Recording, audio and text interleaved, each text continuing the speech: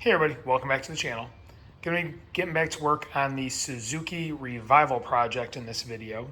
It's the TS125 that's been sitting around for a while. I've already done a couple videos on it where I was trying to figure out a no spark issue. Last video, I think I came to the conclusion that the eccentric of the flywheel was not even making contact with the points, the arm on the points mechanism, so hence no spark. So this video, I'm going to mess around with trying to get things adjusted, see if I can get things to make contact, and see if we can get the points to function properly and get spark. So I'm going to get a few tools together and get to work.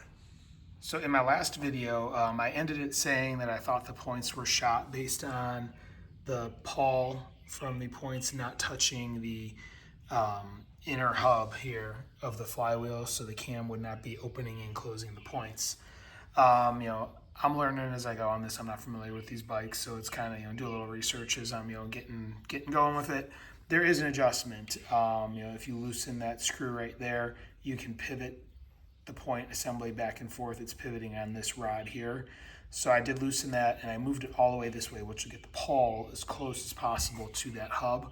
So now I'm going to go ahead and try and reinstall the flywheel and see if I'm making contact and if I can get the points to open and close. So I'm hoping it was out of adjustment and needed to be tweaked.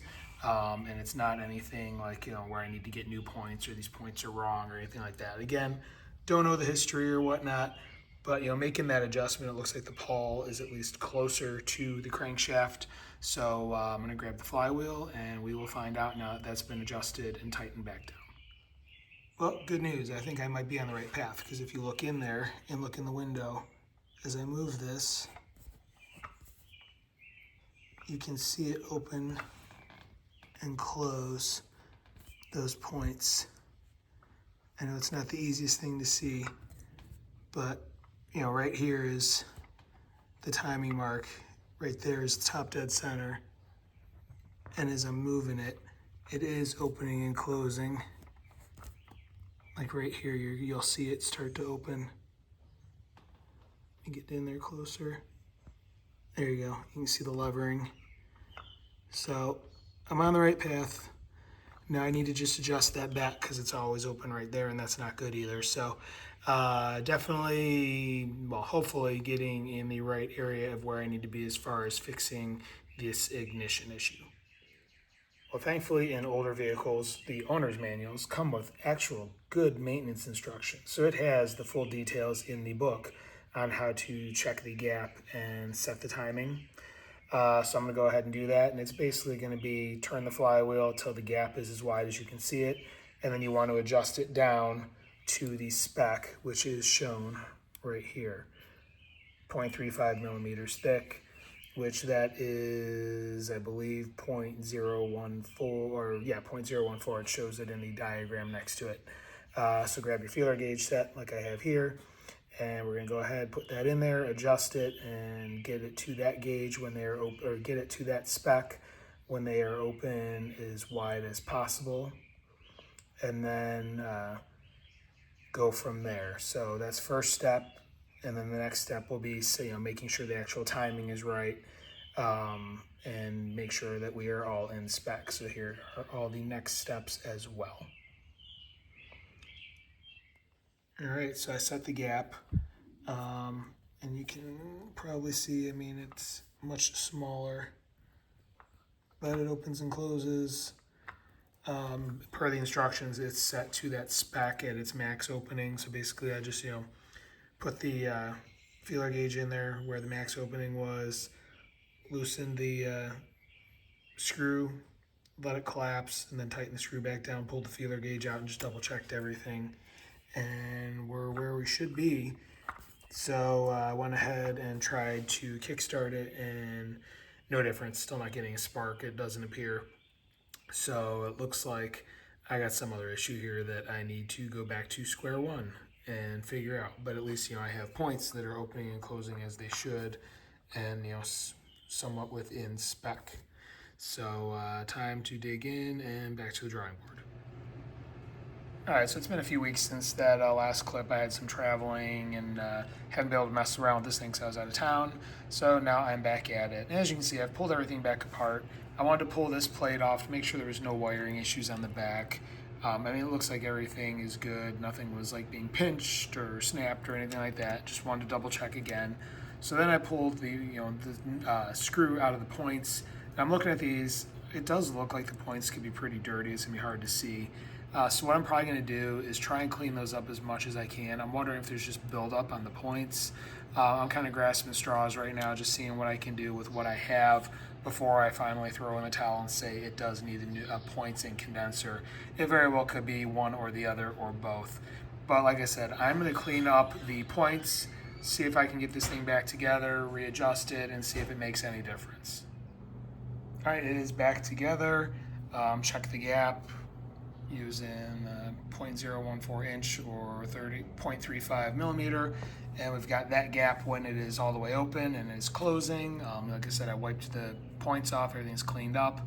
I did go out and get a spark plug testing adapter as well that I can put in line just in case I'm missing something. Maybe it's spark. I want to make sure that I'm ruling everything out before I say, all right, it's something with the condenser or the points. Because running out of options here. So I'm gonna go ahead, put that spark tester in line, and then give her some kicks and see if we get any spark. And plugs back installed, and you can see this trace of wires because unfortunately I guess I have the wrong kind of spark plug tester. This is made for a plug that's got the screw-on tip on it, as you can kind of see how it's emulating that, whereas these plugs are thin like that.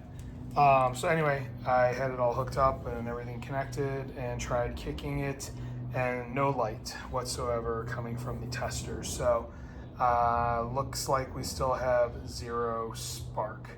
I'm gonna go ahead and double check a few things, make sure nothing popped loose and everything's still connected.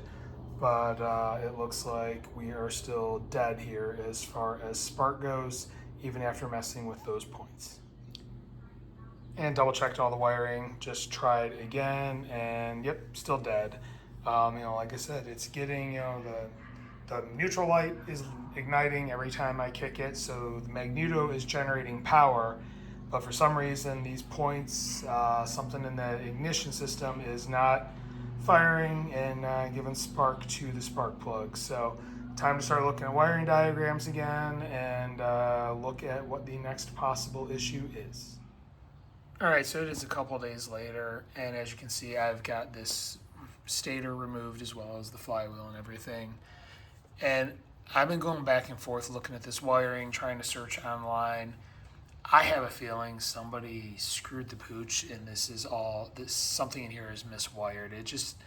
I'm looking at photos of like used ones of these on eBay and stuff like that, and it doesn't exactly match up. There's some wiring in here that just doesn't make sense. So what I need to do is do a lot of research and see if I can figure out what's going on here, what might be miswired, because everything else is good. I mean, I'm tracing paths between the coil and this, and I've got everything right. I'm getting power to like the lighting system and stuff, obviously, because the neutral switch is lighting up, but there is no power going to the coil whatsoever. So it has to be something with the way this is wired up. Again, I know the condenser and points, that they look pretty much new, so I know somebody's been in here before, and I'm wondering if somebody hooked something up incorrectly, soldered something incorrectly, things along those lines. So I'm gonna end this video here.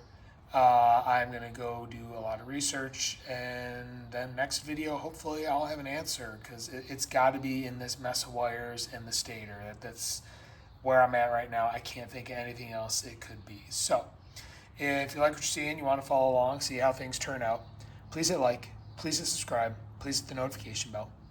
If you have any questions or comments, please leave them in the comment section below. I do review them, I will reply. I do have a second YouTube channel devoted to firearm content. If that's something that interests you, please check it out. There's a link in the description of this video. I also have a Rumble channel where I'm posting firearm content. If you're on Rumble, I'd appreciate it if you follow me there. Link in the description as well. I have some merch I'm selling in my Fourth Wall store. Link, you'll probably see some items below this video, plus there's a link in the description. Please check it out if interested. That being said, Thank you very much for watching, and have a great day.